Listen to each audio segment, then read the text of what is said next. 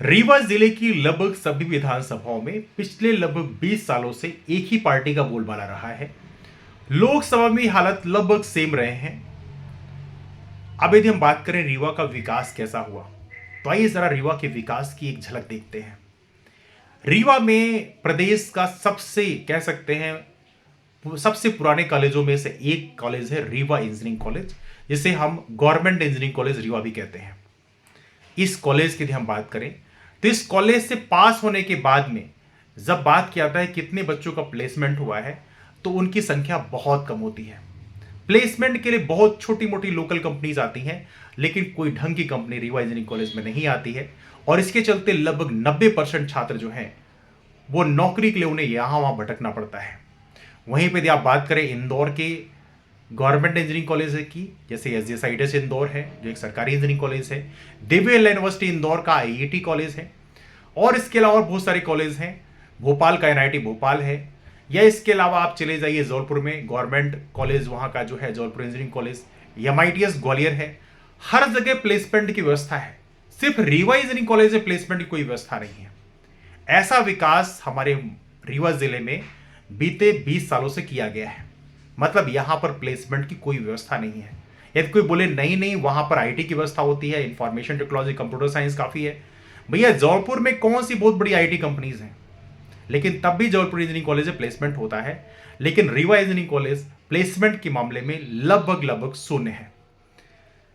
दूसरी हालत यदि हम बात करें हमारे मध्य प्रदेश के इस रीवा जिले में, यदि मैं बात करूं साइंस के जो कॉलेज हैं या आर्ट के जो कॉलेज हैं, वहां के बच्चों की हालत क्या है, तो आप देखिए कोई बहुत उम्दा प्रदर्शन नहीं रहा है। इक्के दुक्के बच्चे कभी निकल जाते हो किसी एग्जाम में, वरना लगभग सभी की हालत एक सेम है। प्रदेश के या देश के किसी भी रैंकिंग में हमारे रीवा के किसी कॉलेज का कोई खास रैंक में नाम नहीं आता। रीवा की जो यूनिवर्सिटी है उसका भी प्रदेश और देश में कोई भी स्थान नहीं है। यह है रीवा के शिक्षा का स्थान पूरे प्रदेश में। आप इससे रीवा के विकास का आकलन कर सकते हैं। किसी तालाब में 10 बल्ब लगा देने से वहां लुप जो हो जाता है, उससे पूरे क्षेत्र का विकास नहीं होता।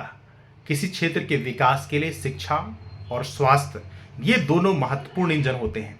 स्वास्थ्य के क्षेत्र में भी यदि आप देखें तो रीवा के अस्पतालों में हालात काफी नाजुक हैं, और यहां पर ऐसी कंडीशन है कि लोगों को बहुत ज्यादा भटकना पड़ता है यदि उन्हें बेहतर स्वास्थ्य चाहिए। तो कहीं ना कहीं हमारे यहाँ शिक्षा और स्वास्थ्य इन दोनों के क्षेत्र में रीवा का प्रदर्शन काफी कम रहा है। इसकी वजह एक बहुत बड़ी है।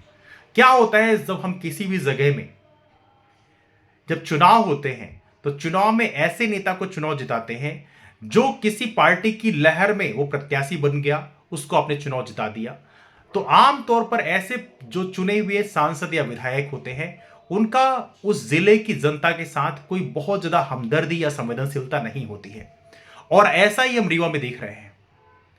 एक करोड़पति या अरबपति विधायक या सांसद बन जाता है, और वो आम जनताओं की समस्याओं को कैसे महसूस करेगा, वो उस बच्चे के पिता की समस्या को कैसे महसूस करेगा जिस पिता ने अपने बच्चे को एक सरकारी इंजीनियरिंग कॉलेज से इंजीनियरिंग कराया हो, और उसके बाद उसके बच्चे को बोला जाए कि तुम पकोड़े तलने की दुकान खोल लो। आप उस दर्द को महसूस कर सकते हैं।